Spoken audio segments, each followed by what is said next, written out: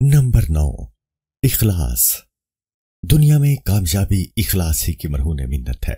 बेहतरीन रहनुमा वो है जो अपने मिशन और जमात के साथ मुखलिस हो। अगर एक रहनुमा में इखलास का फुकदान है तो वो एक अच्छा रहनुमा नहीं बन सकता। बेहतरीन रहनुमाई के लिए इखलास अजहद जरूरी है। इखलास इंसान को मजबूत और मुस्तहकम बनाता है। इखलास एक ऐसी ढाल है जो एक रहनुमा को अपनी मंजिल से गाफिल नहीं होने देती। अल्लाह के नबी सल्लल्लाहु अलैहि वसल्लम इखलास का बेहतरीन नमूना थे। अल्लाह जल्ला जलालुहु ने आप सल्लल्लाहु अलैहि वसल्लम को बरीनुए इंसान की रुश्द हदायत के लिए भेजा, तो आप सल्लल्लाहु अलैहि वसल्लम ने अपने इस मिशन और काम को जिस इखलास के साथ पूरा किया उसकी नजीर कहीं नहीं मिलती। इखलास की कुव्वत से इंसानी दिमाग दयानत की तरफ माइल होता है और मुनाफिकत से पाको मुबर्रा होता है। मुखलिस इंसान का जाहिर व बातिन यकसां होता है। इखलास से ही दूसरों को गर्विदा किया जा सकता है। इस्लाम में इखलास से मुराद यह है कि अल्लाह जल्ला जलालुहु की रज़ा व खुशनुदी के लिए हर अच्छा काम किया जाए। इससे यह साबित होता है कि इखलास की बुनियाद अच्छी नीयत है। रसूल मोहब्बत सल्लल्लाहु अलैहि वसल्लम का इरशाद आलीशान है, अमाल की कबूलियत का दारोमदार नीयतों पर है।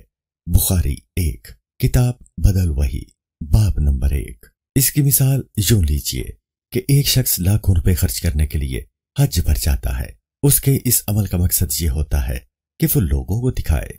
उसकी नीयत अल्लाह जल्ला जलालुहु की रजा नहीं होती, तो ऐसा हज उसके लिए जहन्नुम का बायस होगा। और अगर एक गरीब मुसलमान सिर्फ अल्लाह जल्ला जलालुहु की रजा के लिए हज की नीयत करता है और हज के इखराजात के लिए साल हर साल तक मजदूरी करता है, फिर भी हज के इखराजात मुयस्सर नहीं होते, तो अल्लाह रब्बुल इज्जत उसकी नीयत के बदले उसे हज का सवाब अता फरमाता है। रसूल मोहब्बत सल्लल्लाहु अलैहि वसल्लम का इरशाद पाक है, मोमिन की नीयत उसके अमल से बेहतर है। मोजमुल कबीर अल तबरानी 5942 जिल्द 6 सफा नंबर 85।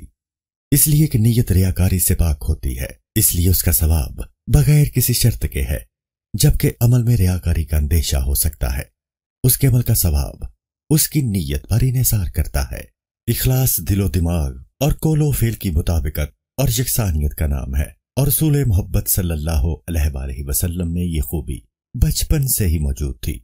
और आके तारीख शाहिद है कि एलान नबूवत से कबल कुरैश के तमाम कबाइल आप सल्लल्लाहु अलैहि वसल्लम के इखलास के मोतरिफ थे और इस कदर मुतासिर थे कि वो आप सल्लल्लाहु अलैहि वसल्लम को सादिक और अमीन के नाम से पुकारते थे। अहले मक्का के तमाम बशिंदों को अल्लाह के रसूल सल्लल्लाहु अलैहि वसल्लम की सदाकत, अमानत और सच्चाई पर पूरा भरोसा था और उनके इखलास पर कामिल यकीन था। वो अपना कीमती मालो मता, सोना चांदी और भारी रकूम अमानत के तौर पर आप सल्लल्लाहु अलैहि वसल्लम के पास अमानत रखवाते थे। हालांकि वो आप सल्लल्लाहु अलैहि वसल्लम के सख्त दुश्मन थे, मगर आप सल्लल्लाहु अलैहि वसल्लम की अमानत व दयानत और इखलास की वजह से उन्हें आप सल्लल्लाहु अलैहि वसल्लम पर पूरा भरोसा, इत्मीनान और यकीन था। इब्ने हशाम रकम तराज हैं। अहले मक्का में जिस भी शख्स के पास कोई ऐसी चीज होती कि जिसके जाया होने का एहतिमाल होता, वो उसे आप सल्लल्लाहु अलैहि वसल्लम के पास अमानतन रखवा देता, इसलिए कि उन्हें आप सल्लल्लाहु अलैहि वसल्लम की अमानत, दयानत, सच्चाई और इखलास पर मुकम्मल यकीन होता।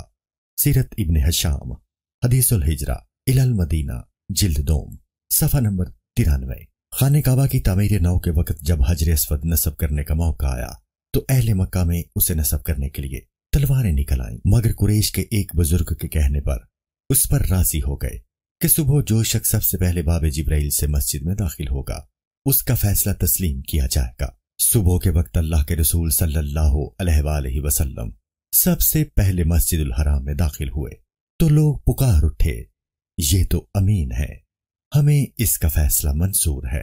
इखलास की इससे बेहतरीन मिसाल कहाँ मिल सकती है।